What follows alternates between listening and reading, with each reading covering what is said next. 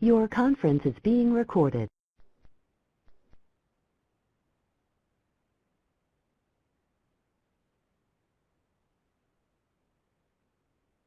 Okay, great. So I'll begin this afternoon session with a brief introduction. So welcome everyone to the IEA Bioenergy Webinar series hosted by the Canadian Institute of Forestry. My name is Natasha Machado and I will be kicking off today's session. Today is Wednesday, September 25th, 2019, and we are very pleased to have Jim McMillan, Susan Van Dyke, and Jack Sadler, who will present on drop-in biofuels, the key role that co-processing will play in their production. To begin, Jim McMillan is a chief engineer with the National Renewable Energy Laboratory's Bioenergy Sciences and Technology Directorate. He has over 25 years research experience advancing cellulose, biorefinery, science and technology, and is an active contributor to NREL portion of the United States Department of Energy Biomass Program.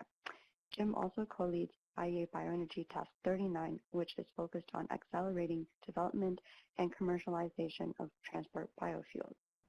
Jim obtained his BS in chemical engineering with high distinction from Colorado State University and his MS in chemical engineering practice and PhD in biochemical engineering from the Massachusetts Institute of Technology. Our second speaker, Susan Van Dyke, has a master's degree in law and a PhD in biochemistry. She is a research associate at the University of British Columbia and has been the coordinator of IEA Bioenergy Task 39 liquid biofuels.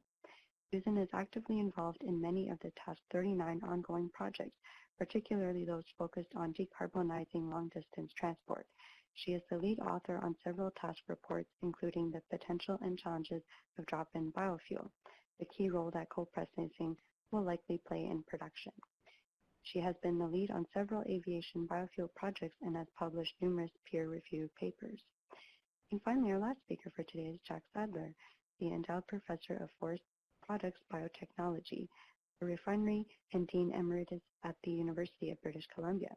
He is a fellow of the Royal Society of Canada and has received numerous other awards, such as the 2016 Lindborn Award from the European Bioenergy Organization, the International Union of Forest Research Organization Scientific Achievement Award, the Charles D. Scott Award for contributions to the field of biotechnology for fuels and chemicals, the British Columbia Life Sciences Leadership Award, and the Canadian Renewable Energy Association's Green Fuels Industry Award. He has published more than 400 papers and his work is highly cited. He is a member of the Marcus Wallenberg Prize Selection Committee, the Forest Sector's Nobel Prize. And with that, I will now pass it off to Jim to kick off today's session. Good day, everyone, at your various locations. It's early morning in Colorado, where I'm speaking from, National Renewable Energy Laboratory. I'm going to kick off the webinar by just introducing IEA Bioenergy Task 39. Task 39 is one of about 10 tasks within the IEA Bioenergy Technology Collaboration Program, or TCP, and our focus, as the title shows, is commercializing conventional and advanced transport biofuels from biomass and other renewable feedstocks. And Jack and I are co-leading the task. Our overall objective, we're not actually the producers, we're an international body, and it's to facilitate the commercialization, the deployment, faster deployment of conventional and advanced transport biofuels. We run in triennia, 3-year periods, and we're currently in the triennium running 2019 to 2021.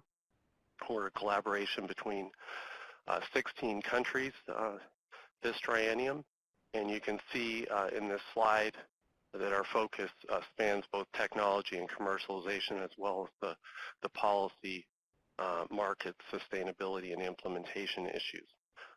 Both are very important. We not only need technologies to be practicable and feasible, able to be scaled up, and so forth, and have positive economics, but we need the policies to support their development and deployment. As we can appreciate, policy plays a very important role. So we're this triennium, I said 16 countries. One of those countries is the European Commission, so it's not actually a country. But this slide shows the sort of the current participants in the task, And we're very fortunate. We're one of the larger subscribed tasks within the IEA Bioenergy TCP. We have about half of our membership within Europe, but we also have strong representation globally. So we've got both Canada and the United States in North America. We've got South Korea and Japan in Asia. We've recently brought on India. We're still looking for our coordinators, but India has joined the TCP and Task 39 in particular. And we're also South America, represented by Brazil, the second largest biofuels producer in the world, and New Zealand and Australia too, south of the equator. So it's a fairly global network, and the idea is that we can take lessons learned and do things together. We can get there faster together than we can individually. If we sort of take now getting into the transport biofuel. So if we look at renewable energy, and this week we're hearing about the need for the planet to decarbonize in a hurry. Lots of mainstream press about this. If we look at decarbonization progress, we can see good paths to electrification through solar and wind, and in many sectors for power are making good progress decarbonizing, but we really are failing to meet our targets on the transport side. And transport is approximately 30% of emissions. It's a very important area, and biofuels are very important to its decarbonization. While we see light-duty vehicle electrification being a means to decarbonize the light-duty side, recent forecasts like the Energy Information Administration in the United States, Sweden, in Europe, really show that, even if we go as fast as we can, electrification is going to take a while, and that for the foreseeable future, a majority of the vehicles we're going to have in circulation are going to be based on some sort of combustion engines and require liquid fuels or gaseous fuels. So transport biofuels is very important. Low carbon fuels enable substantial decarbonization to occur. But conventional fuels are under a lot of bad rap in the press, and typically we see complaints that they're really not achieving good greenhouse gas reductions. We're using food crops, and we've got nutrition issues, so there's the food versus feed issue. And then the fuels we're making, the dominant fuels today being ethanol from starch in the United States and from sugarcane in Brazil, and from other grains and sugary waste in other parts of the world.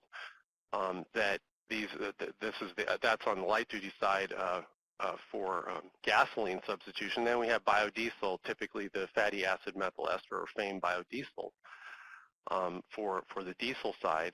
And these have infrastructure compatibility and blending limitations in some cases. And so these are the complaints brought about these conventional fuels. Nonetheless, this is really what we're making. This is what's being used at large volumes, and as I said, for the foreseeable future, these are going to be our major fuels, our major biofuels. But what we're really interested in moving to more efficient and sustainable platforms for production of these fuels, so-called advanced biofuel platforms. And these advanced biofuels address these criticisms directly by substantially reducing the greenhouse gas footprint for using productive crops like crop residues, so you're using land more efficiently, you're decreasing fossil fuel inputs, and you're minimizing changes to existing infrastructure by leveraging infrastructure where possible. And we're going to talk about co-processing today, which is one of those big opportunities to leverage existing infrastructure. Secondly, instead of using food crops, using the agricultural residues or other terrestrial biomasses or aquatic biomasses as feedstocks, so that we're really avoiding the food versus feed conundrum. And I would actually say that when we're making fuels, we're actually making fuel and feed or food. The big models being in the U.S., we have a co-product of distiller's grain, and in Brazil, a co-product, a sugar. So there's all the models, we're making food and feed along with fuel. And then finally, moving to drop-in fuels that have higher energy density, typically by having less oxygen content than the conventional fuels we're making today, having better stability and better infrastructure compatibility than conventional ethanol and biodiesel, famed biodiesel. That's kind of an outline of sort of the situation today. Task 39 recognizes the importance of advancing drop-in fuels, and we've been covering this area for a while. A couple recent reports I just will point out as our assessment of algal biofuels and bioenergy production potential. We completed a large report in 2017. We actually had a webinar launching that report, I think in early 2018. And so you can see that what we found was that this is a challenging area, that for algal-based biofuels to go forward, this is likely going to be in a biorefinery context. In 2018, we completed a survey on advanced fuels and advanced engines, and this was carried out by led by our German representation to the task. And this was really looking at the different fuel qualities across current and advanced biofuels being used. And again, it's a good resource. One of the things that we're also interested in is using biofuels efficiently. So we're making a lot of biofuels, we're using them, but in many cases we're not using them efficiently at all. And so really looking at this co-optimization of the fuel with the engine in a more systems context to get better efficiency. So I'd point you to our website. Take a look at those reports if those areas are of interest to you. We've continued going to the webinar topic. We also published our first report on the potential and challenges of drop-in biofuels in 2014. And that was, there's a picture on the left-hand side here. Our co-author, Jack and I's co-author on that report was Sergios Karatzos. And today's webinar is about a major update to that report, where we collaborated. Our co-authors were Susan Van Dyke and Sean-Ping Su, and Susan is going to take it away and go to the heart of the report and discuss this co-processing opportunity. So I guess I'm going to hand it over to you at this point, Susan, if you're ready to take the ball. Thanks, Jim, Susan. and thanks, Natasha. Yeah. Yes, so as Jim mentioned, in 2014 we published the initial drop-in report on the potential and challenges, looking at the technology background and also commercialization status. And as the area is moving quite fast, we thought that another update was required, which we completed this year. Now, just to remind you how we define drop-in biofuels, and the definition from the first report is that they are liquid hydrocarbons functionally equivalent to petroleum fuels and fully compatible with existing petroleum infrastructure. And this means that they can be used in higher blends and have virtually no limitations, although in many cases, particularly with aviation fuels, there is a limit in terms of blend percentages in order to meet the final specifications. Now, from this report, we identified 4 broad categories of drop-in biofuel production.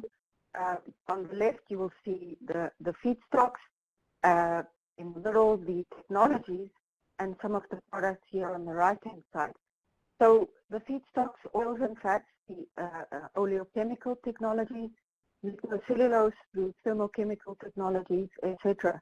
And what I would like to highlight here is that particularly the oleochemical and thermochemical technologies produce multiple products synergistically, whereas some of the biochemical ones produce single products. And this is quite important for, as I will show further on.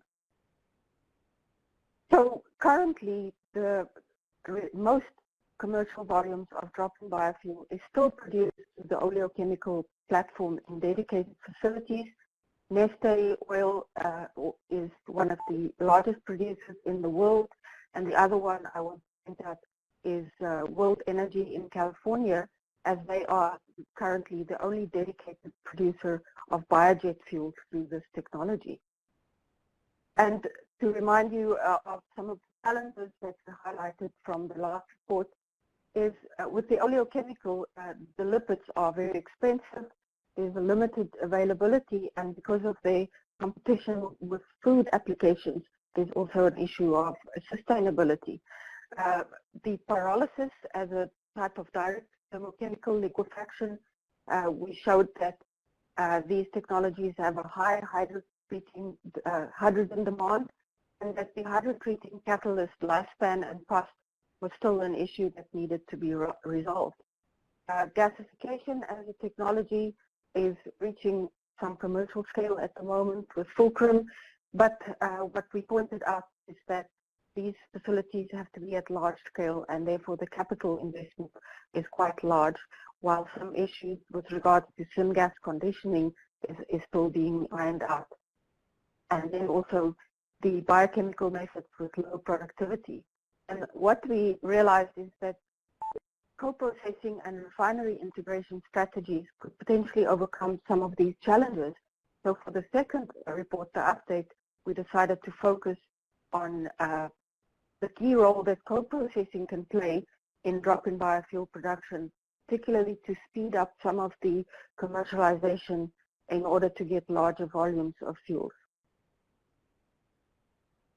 So this report is available from the Task 39 website, and we also did an overview paper with all the authors that was published in 2018, I think early 2019, and so you can also look at that for a summary. And the key issue that we were looking at is, if commercialization is so slow, how can we expand drop-in biofuel production, or if we can call it the expansion of low carbon intensity biofuels. So currently the oleochemical methods, the strategy has been to build standalone infrastructure, but obviously this has to be a large scale and it requires a high investment cost. So the other option is co-location, where the biorefinery is situated next to the petroleum refinery in order to access hydrogen, because a particular issue around building a separate steam reformer for producing hydrogen is obviously problematic for a small-scale biorefinery, and accessing over-the-fence hydrogen could potentially save some of these costs. In addition, what we've seen is that there's a repurposing of existing infrastructure. So World Energy, Total, ENI, they are all taking disused petroleum refineries and converting them fully into biorefineries. And then lastly, the issue that we would like to focus on is to use the co-processing of bio-based intermediates in existing refineries to produce a lower carbon intensive fuel. And this is by inserting some of these feedstocks into different processes. And while the capital cost is expected to be much lower, the risk increases, particularly the risk for the refinery, and we will be looking at some of these issues. So co-processing we see as a key strategy to expand drop-in biofuel production, and it's explored quite extensively by petroleum refineries all over the world. And some of the benefits of this we can see as the drop-in biofuel production, unlike ethanol production or biodiesel production, many of the processes are actually very similar to petroleum refining, such as catalytic cracking and hydroprocessing.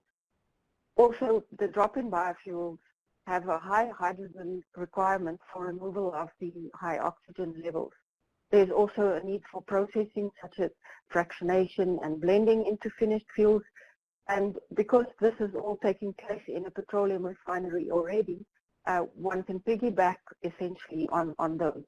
And many of these processes require high investment costs, and economics rely on a large scale. So the petroleum refinery already has that infrastructure and the scale, and therefore it seems logical to co-process. So it can reduce the investment cost of freestanding biorefineries produce lower carbon intensity fuels and also improve the properties of final fuels, such as a fuel with lower sulfur content, as bio-based intermediates have very low sulfur content. So when we look at a basic diagram of a refinery, obviously we have to realize that every refinery has its own configuration and produce different products. So this is just a hypothetical scenario.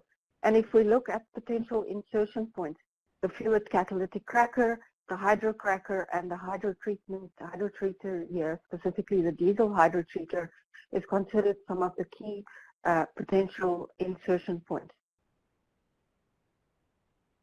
And where you insert depends on the nature of the feedstock, the specific refinery configuration, and I think from a refinery perspective, the risk that it poses for refinery operations.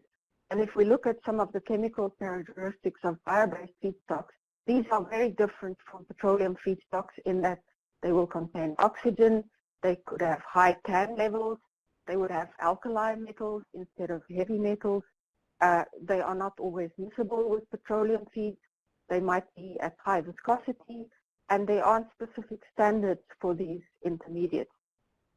And if you look at the refinery configuration, as I mentioned, catalytic cracking and hydrotreating would be two of the key operations where you could potentially insert.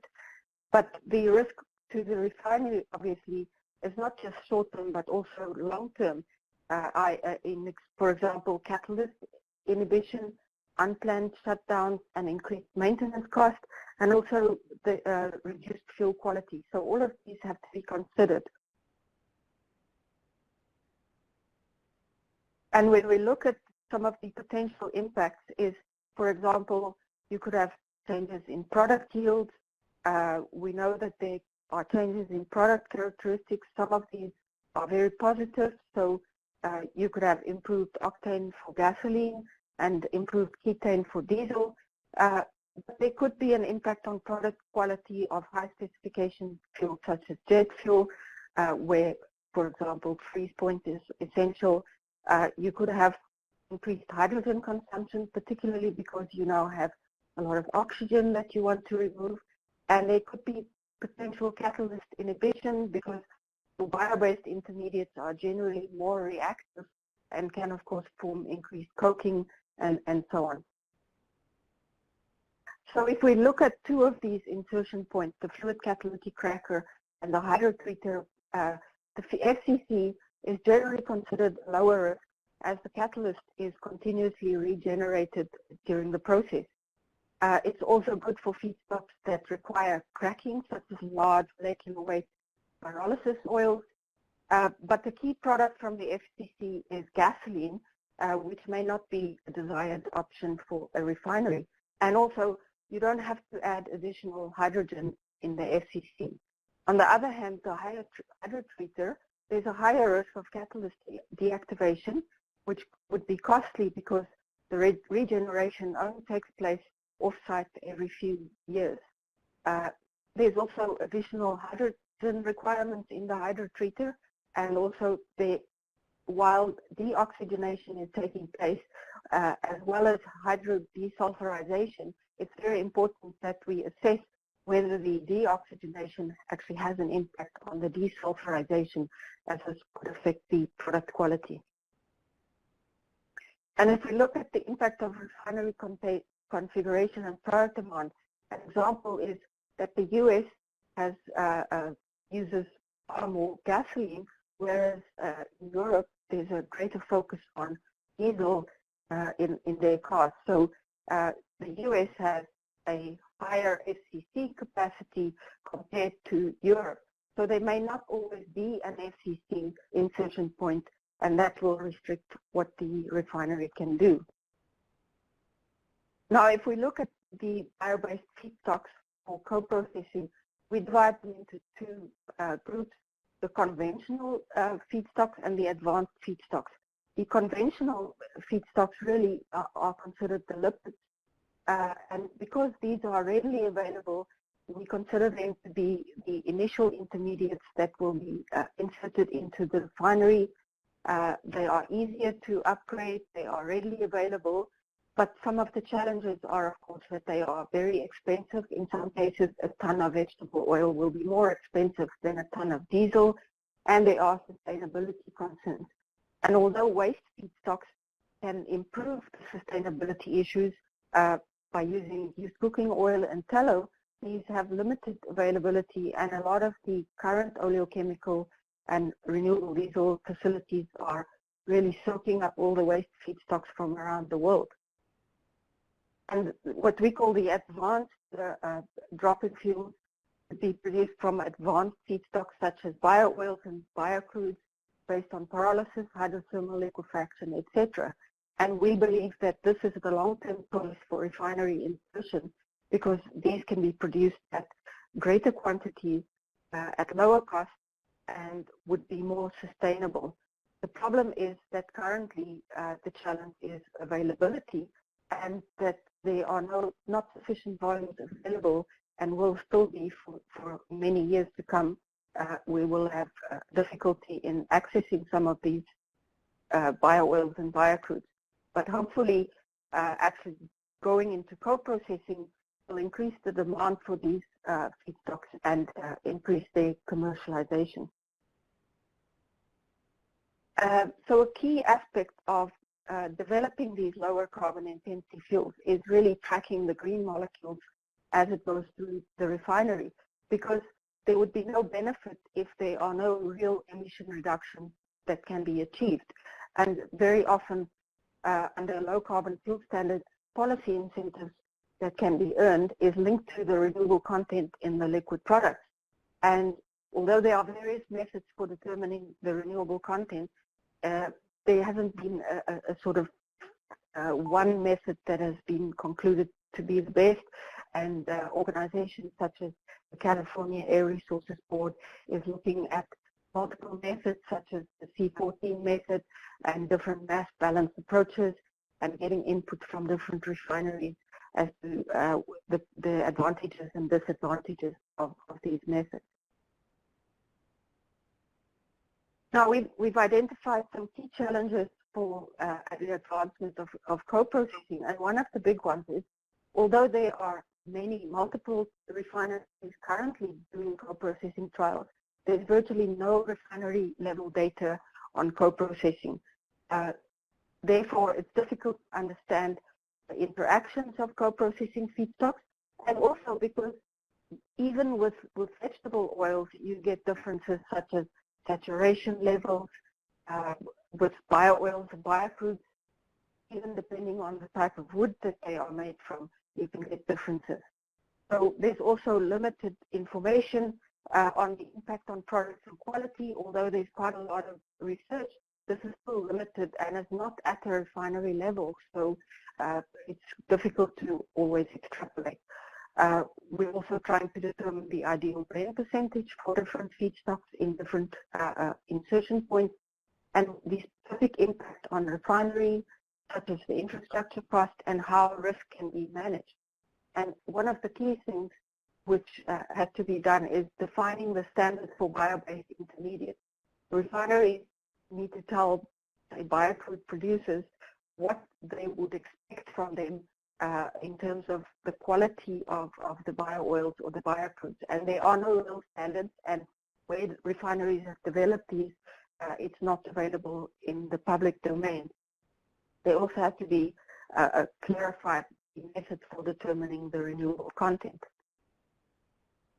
But there's definitely many advantages to co-processing, which will include the lower cost production of low carbon intensity fuels, faster expansion of biofuel production, and also from a biofuel perspective, creating a market for these bio-based intermediates. And then I think it's important to see that this will make petroleum refineries key allies in biofuel production rather than competitors. And as we have shown, many improved fuel qualities are possible, higher octane, higher ketane for diesel, and lower sulfur content. And this is important for example, for marine fuels. And I think what is important to emphasize is that unlike the ethanol or the biodiesel facility, the co-processing refinery has clear similarities to the oil refinery itself, where multiple products are produced, and therefore you've got a synergistic production of multiple products that can feed into different sectors of the economy, rather than trying to make one type of jet fuel, another type of just diesel, and therefore you can feed into the entire product spectrum. And a key role of the customer, what we have seen, is really the aviation sector, who has been a driver and a champion in the development of lower carbon intensity topping fuels, biojet fuels, and co-processing play a key role in providing increased volumes of these fuels. And recently, earlier this year, lipid co-processing at 5% for production of biojet fuels was approved under ASTM D1655, and also the co-processing of Fischer-Tropsch liquids under the same standard is actually under consideration at the moment. So that's it from me. Jack will be closing off the presentation. Thanks, Susan. So thanks, Natasha and Jim. So I'm going to try and close out and keep us on time. I just wanted to emphasize a couple of points that Susan made. We think within the big benefit of IEA Task 39 is getting an international perspective. And I think what came through in the co-processing work is the big difference we found is having oil and gas is a key player in this whole area of co-processing. So I think what we found through our IEA network is a global interest. So I think co-processing is here to stay. So it's going to be something that will be continued to be pursued. Also, as well as the having oil and gas as a key player, I think the eventual customers, aviation, and I'll have a few slides that I'll be talking a bit more about Boeing. The customers have been a key player in this area, with aviation in particular really having no other way of decarbonizing in the future. I think there's a sense that electrification might be used for very short flights, but for any transoceanic type flights, you're always going to need something like a biojet if you're going to do low carbon intensity. So I've just put the slide up here with some work that Susan and I did for IRENA. I think most of the information in this slide is still very relevant, so I encourage you to look at that report. Also, I think what we've looked at with our studies is that we think the supply chain will be established using lipids. So I think we're fortunate to have companies like Neste, Renewable Energy Group, a variety of other companies out there who I think is not pioneering anymore. I think it's an established supply chain where you can actually produce green diesel or renewable diesel, and then by a co-processing approach, as Susan showed in the earlier slide, you can decarbonize all of the fractions, the jet fraction all the way through to the marine type fraction.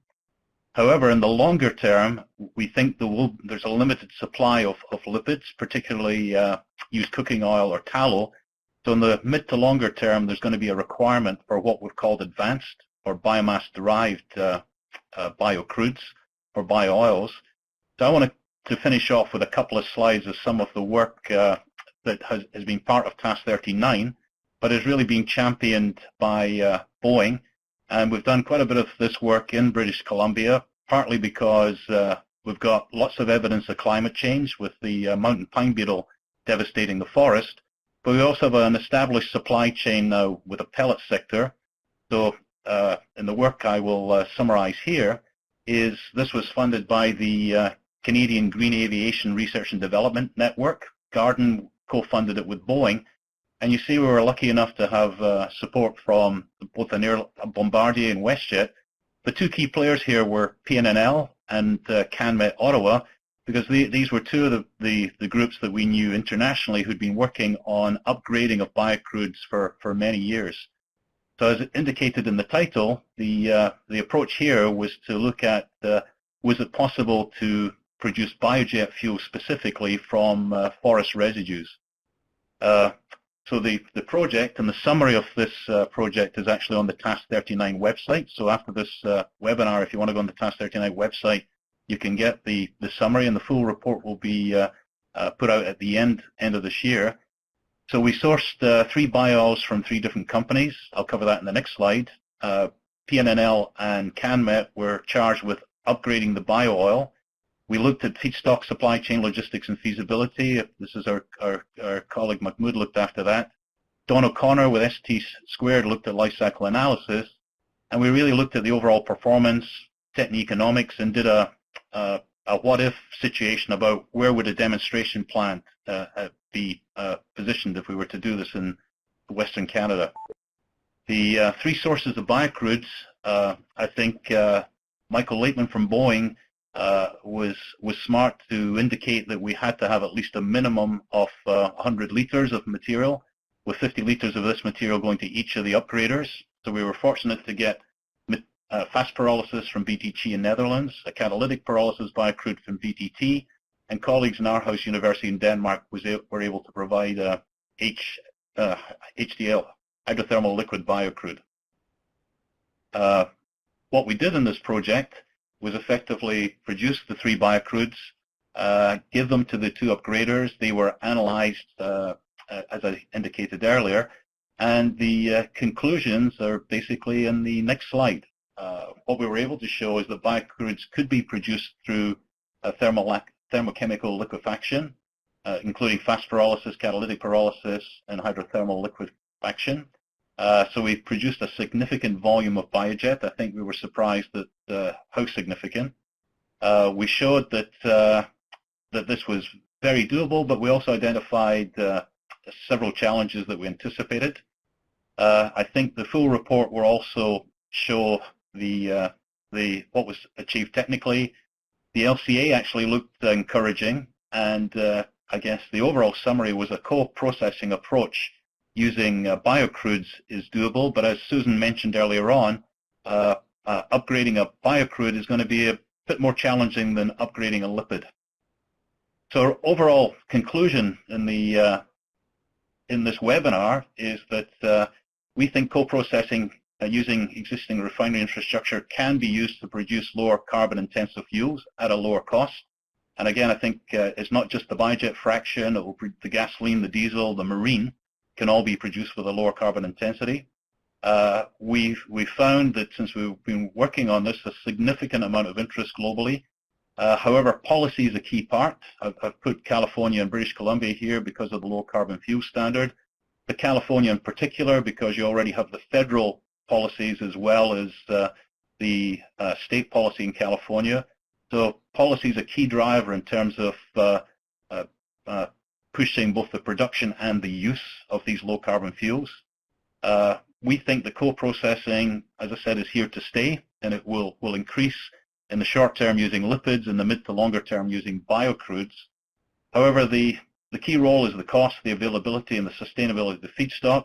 So we think conventional or oleochemical lipids will be used in the short term, with biocrudes used in the mid to longer term. So that was it. I think we tried to come in time, so we were trying to shoot for 40 minutes, so we pretty well made it. So I think we're now open for any questions. I think we agreed that any tough questions Susan would answer, and Jim and I'd answer the easy questions. So thanks for your attention. Okay, great. Thanks so much, Jim, Susan, and Jack. I'll just unmute the lines for the question and answer period. The leader has turned lecture off, and your lines have been unmuted. So to ask a question over the phone, please state your name, where you're calling from, and then address the question. We also recommend any questions be directed to the chat pod, where we can answer them one by one. So I do see some people typing there, and there's a question that came in from Jill Morel. So can technologies such as blockchain be considered for biocontent with traceability instead of C14 methods? Susan, do you want to tackle that? I'm not entirely sure. I'm not an LCA expert, so it's difficult for me to really give a definitive answer. But I would think that you would still need the actual calculation of the C14 method. Yeah, I think one of our colleagues here at UBC, this is part of his PhD study. I think currently the two main methods to try and measure the carbon intensity is using the carbon-14 method or the material balance. I think this is an area that's still evolving. I don't think there's really a connection to blockchain at this time. I think really we're tied into what method will allow us to actually track the green molecules into the different fractions. As Susan covered in her presentation, very dependent on the nature of the feedstock and also the layout of the refinery in terms of where those green molecules will go. And I think from a regulation policy point of view, you really want to know what the green molecule content is of the different fractions. So I don't see the connection to blockchain at this time.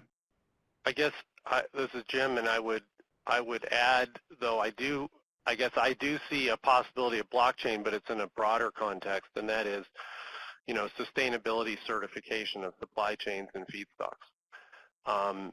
If you go to the oleogenous, the most productive terrestrial oil feedstock is palm, and it's really everyone is afraid of using palm because of the sustainability concerns. And there is some good palm out there, and how do you verify that it's good? Well, the blockchain approach might be excellent for something like that. And I think as we, sustainability is the frame that these advanced fuels are being scrutinized within, ever more. And blockchain has a way, is one of the ways that we could get confidence in the sustainability certification. And so I do see a potential role there.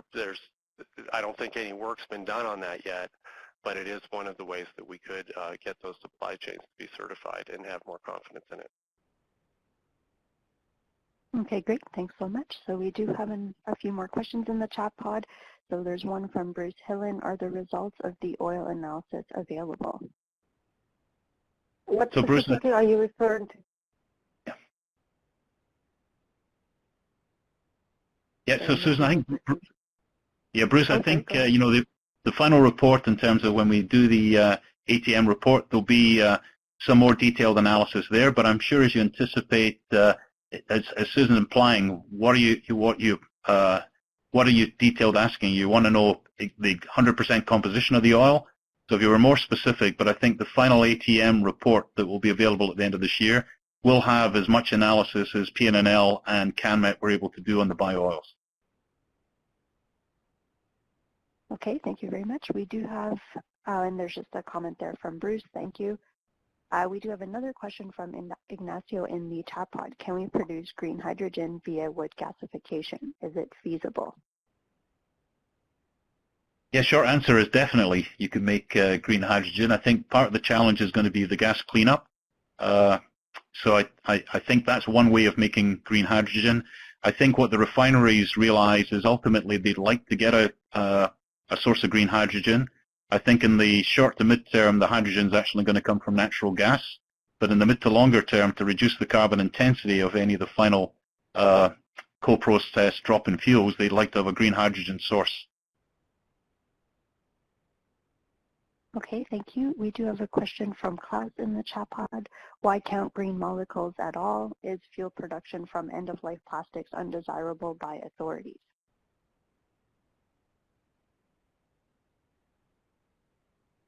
I don't really understand the question because we weren't really looking at plastics. We've been mostly looking at biomass. So I don't understand, Klaus, the point, basically. But I guess it's not a renewable feedstock, but it is a waste material, and many advanced biofuel producers are looking at that. Feedstock cost is the single biggest cost in these production processes typically. So the ability to access municipal solid waste or low value fractions that you can be paid to take, like a tipping fee, could be attractive. And so plastics would fall within that category that it's not really renewable, but it is a better, it's a feedstock that we can use, a low carbon feedstock from the standpoint that it's considered a waste. Okay, thank you. If I could just mention sorry, go ahead, Susan. Obviously, if you are using a bio-based feedstock, you can track the actual renewable carbon-14, but the other methods, such as the mass balance method, will be able to track the input of additional carbon to the liquid intermediate, even if it comes from plastic. Thank you, Susan. And so we just have a follow-up comment from Klaus there, spot on. And now a few other questions in the chat pod, one from Biodor. How much information are we collecting from the private sector with similar experience for our future policy development, such as Ensign co-refining experience in the U.S.? A lot of info should be available, but do we have access? I guess I'll just say from the U.S. perspective, yeah, Ensign is developing with UOP through a JV, this co-processing technology. And I would say right now it's very closely held information. It's not in the public domain. And that's one of the challenges is we have a lot of, separate efforts to develop this technology, and we might be able to get there faster if there was more, of a collective effort and we were sharing lessons learned and so forth and knowledge. But it's challenging in the IP landscape that we live in these days.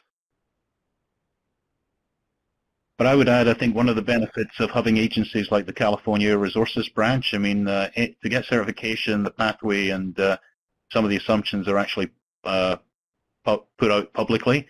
So I think CARB's got to be congratulated in the terms of the way they're trying to ensure the impact of these approaches. So I think there's increasingly more information available just to ensure the sustainability of this type of approach. Thank you very much. And before we go to the next question in the chat pod, just a reminder that there is also a poll set up on the left-hand side right beside the chat pod where we encourage participants to fill out the poll, basically what sector represents the nature of your work. So while you're waiting to ask questions, please fill out the poll. In the meantime, going back to the chat pod, we do have a question from Wei in the chat pod. Is there a difference in the CI for biofuels from different biomass sources and vegetable oils? If yes, what is roughly the range of the possible values? I can handle that, Susan.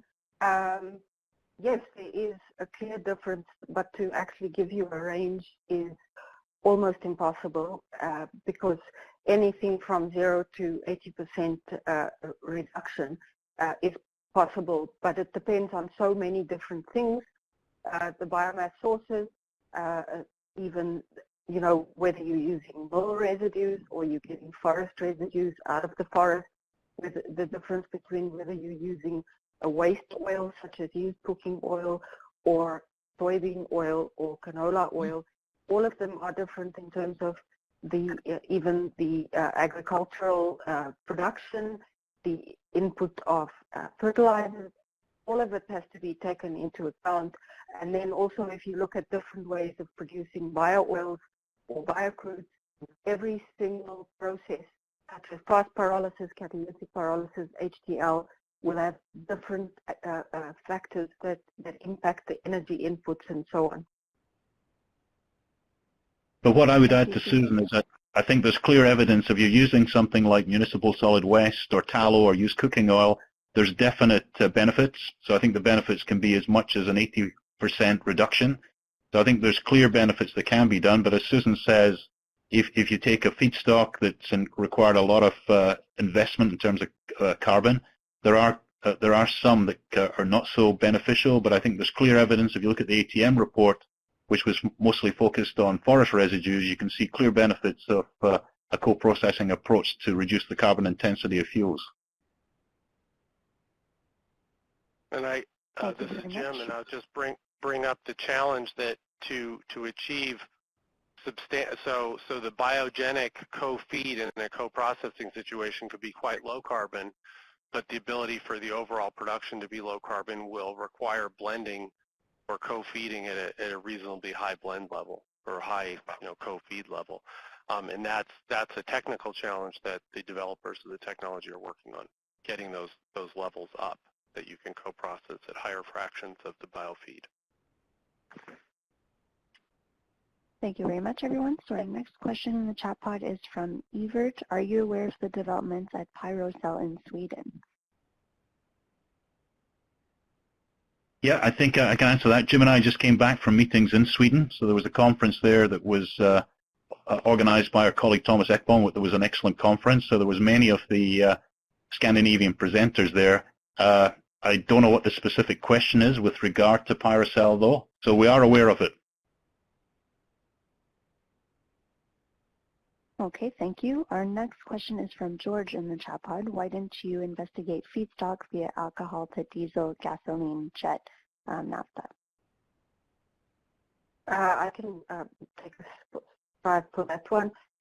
Well, obviously, when you produce the alcohol to jet, you are actually producing a range of compounds which will be different for ethanol to jet or ethanol to jet, but you will get a range which potentially has to be fractionated, but it's actually such an advanced kind of product that the insertion shouldn't be too difficult if they want to co-process. So we really focused on the more difficult ones that are looked at because there's such a multitude of types of intermediates that you can insert, so we didn't have space to cover everything. Yeah, I think it's not an either or, it's an also and. Alcohol upgrading is being to jet and diesel material is a very active area of research, and there's lots of different approaches going on there, and it's absolutely one of the routes under investigation to advance to stimulate greater production, complementary to co-processing. Okay, thank you so much. We do have a few more questions in the chat pod coming in. So there's one from Ramya. What are the major challenges in scaling up biofuel production plants?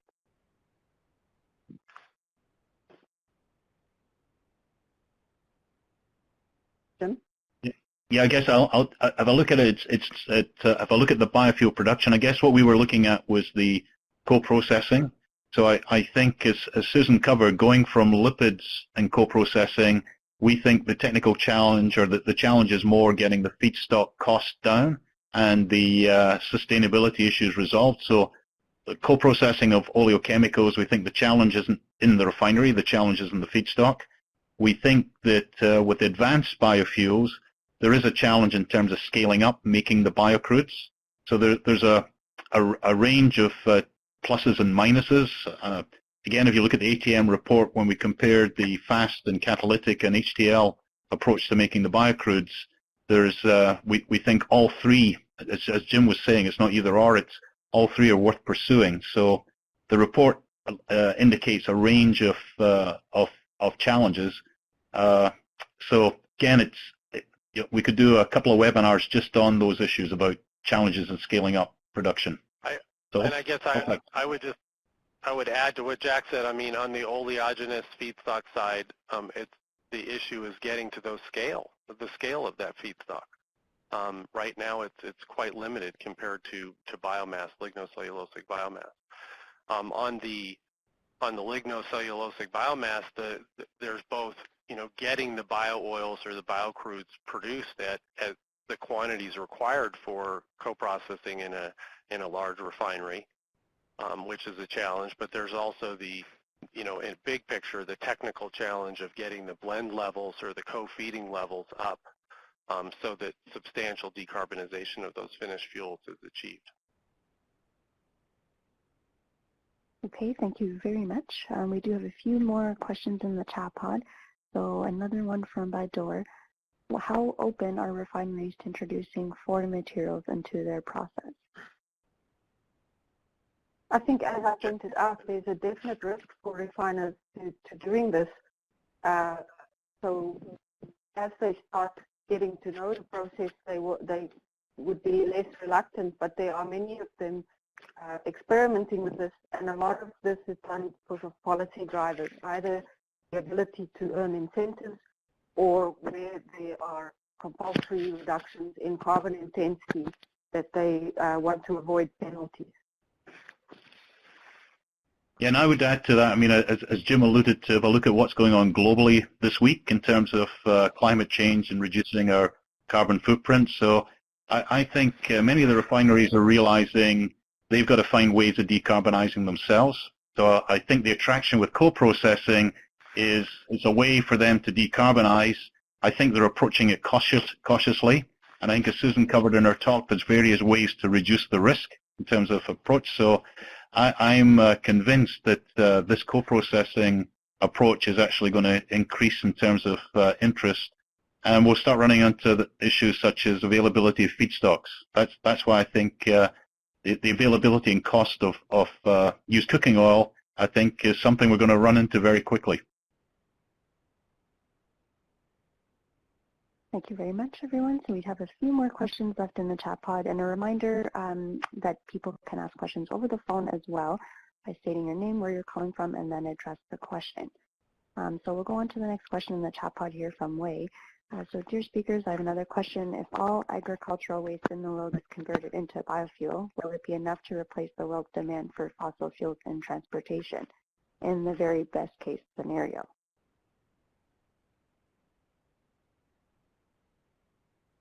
Yeah. Short answer is no. Yeah, short answer is no, because we. Sorry. We use lots of oil. So I think this is one of many options that we'll all have to pursue globally. I mean, we've been hearing about electrification in urban areas, increased use of green electricity. So I think, is there enough biomass produced sustainably annually for us to replace all the oil we use? I think the short answer is no. But I think there's enough available for this to be one of the several options we're all going to have to pursue as a way of decarbonizing how we operate. And I will just, I want to beat the drum on efficiency and conservation. Right now a lot of our energy use is quite inefficient. A lot of single passenger vehicles, a lot of inefficient engines. So I think we also need to look at the demand side. A lot of that, I mean, we need to get from point A to point B, but we don't necessarily have to use a large single passenger vehicle that's inefficient to do that. So that's a large part of the overall solution is really scrutinizing that demand and minimizing the demand so that the biofuels can provide a very substantial portion of that. But it's not the current demand, it's an advanced demand based on greater efficiency. Okay, great. Thank you so much. And we do have a final question, it seems, in the chat pod from Marco. What do you expect within 2025 in terms of drop-in biofuels production volumes? Please give us an idea in numbers if possible. Is the market mainly directed to road or air transport? Susan, you've not had a chance, but I'll start off. If I look at, in the presentation we talked about customers. I think if you look at the aviation sector, I think they're committed to try and decarbonize. They've got a timetable. They're committed to doing something. I think it's going to be a lot of offsetting. So my sense is that by 2025, you're going to get increasing use of aspects such as biojet. You look at marine in terms of desulfuring. So my own sense is that by 2025, this momentum we've got just now is going to continue, even if the price of oil goes down. And I think it's all because of the recognition that we have to try and decarbonize. So I think because we have the refineries as key players now, partners, and because there's the demand, the market demand, I'm pretty sure that we're going to get increasing use of these blends. One of the challenges, though, is the standards. How do we get the standards so that everybody feels safe using the fuel, but at the same time, it doesn't become too onerous to get through the standards. Susan, do you want to add your comments? Yeah, in terms of drop-in biofuel production, although the webinar is about co-processing, we have to bear in mind that a lot of the current drop-in biofuels produced in dedicated facilities from lipids, and there's probably about 5-6 billion liters, and there's also continued expansion of that technology. So I think we can expect that to increase, particularly as companies are accessing more unusual waste feedstocks and learning how to process them. And because most of these will be based on lipids, the main product that is produced is renewable diesel. And what we see currently is that there are more policy incentives for producing and selling renewable diesel, for example, in the US than for jet fuel. So there is not really much of an incentive to make jet fuel dedicated, although there's a huge demand. And in terms of co-processing, I think policy also has to change in order to facilitate co-processing to actually fall under legislation such as the renewable fuel standard in the US, because otherwise it's going to be difficult for refiners to actually undertake that risk. Yeah, and I would also just emphasize, Susan brought in policy, and policy is driving everything. So the fact that we have in the United States the renewable fuel standard, and on top of that California's low carbon fuel standard, that's driving a huge amount of activity and a huge amount of fuels in advanced biofuels into California, not just biofuels, but the federal level policy only runs through 2022, and there's a lot of political uncertainty in the U.S. and policy uncertainty concomitant with that. So I think policy is a big role, and we will see how the policy evolves. I agree with Jack that it's going to continue, but the pace will be constrained or stimulated by policy. Okay, great. Thanks so much, Jack, Jim, and Susan. So just a lot of comments here in the chat pod, a really positive response. So excellent webinar. Thank you for the great webinar, great takeaways and information. Lots of positive comments there. Now the session is being recorded and it will be available on the IEA Bioenergy website as well as the CIF website shortly after the session in case you did miss it or you're joining late. You'll be able to refer to the session there. And I think that's it in terms of the questions.